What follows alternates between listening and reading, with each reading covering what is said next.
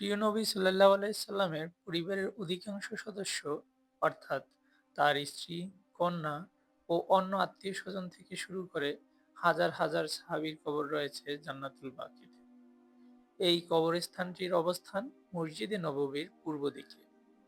ইমাম মালিক রাদিয়াল্লাহু এর বর্ণনা মতে জান্নাতুল বাকিতে রয়েছে প্রায় 10,000 সাহাবার কবর, কিন্তু কোনো কবরে নাম ফলক নেই।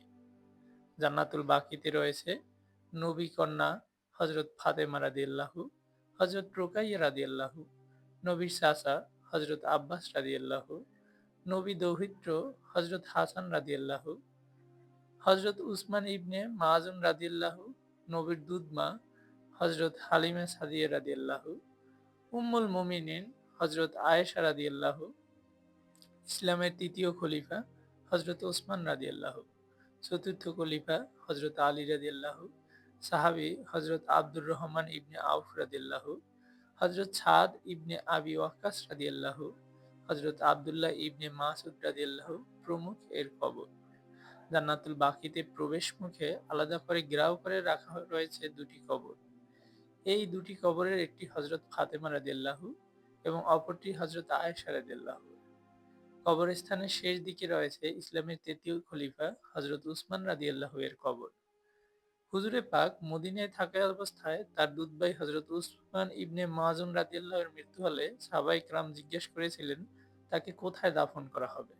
হুজুর সাল্লাল্লাহু আলাইহি সাল্লাম ইরশাদ করলেন, আমাকে আদেশ দেওয়া হয়েছে তাকে বাকিউল গারকাদায় দাফন করা হবে। মুস্তাদরাকে হাকিম খ ১১ পৃষ্ঠা ১৯৩। এভাবেই জায়গাটি কবরস্থানের জন্য নির্বাচিত হয়।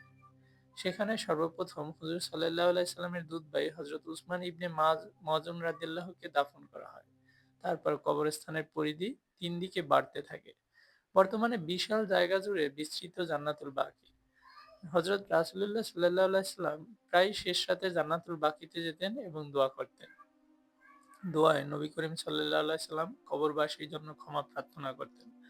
জান্নাতুল বাকি জিয়ারতের জন্য খুলে দেওয়া হয় ফজর ও আসরের নামাজের পর।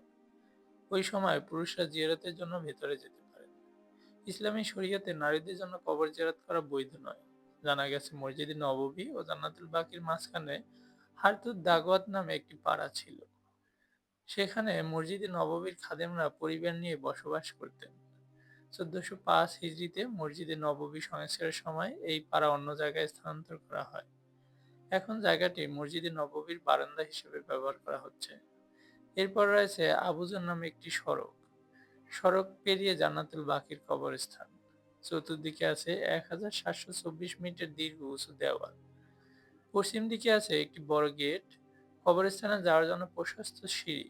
মদিনায় হজ পালনকারীদের মৃত্যু হলে জান্নাতুল বাকিতে দাফনের সুযোগ মিলে। মদিনাবাসীদেরও মৃত্যুর পর এখানে দাফন করা হয়।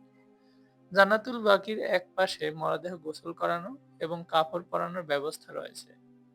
উসমানী খেলাফতের সময় জান্নাতুল বাকিতে সাহাবীদের কবরের উপর স্থাপনা ছিল। পরবর্তীতে সৌদি আরব সরকার এসব স্থাপনা সরিয়ে নেয়। সৌদি বাদশাহ ফয়সাল বিন আব্দুল আজিজের আমলে উত্তর দিকে কবরস্থান ৬,০০০ মিটার পর্যন্ত সম্প্রসারণ করা হয়। কবরস্থানের ভিতরে তৈরি হয় পাকা রাস্তা।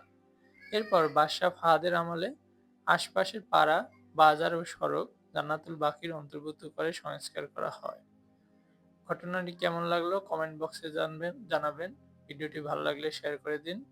আল্লাহ হাফেজ।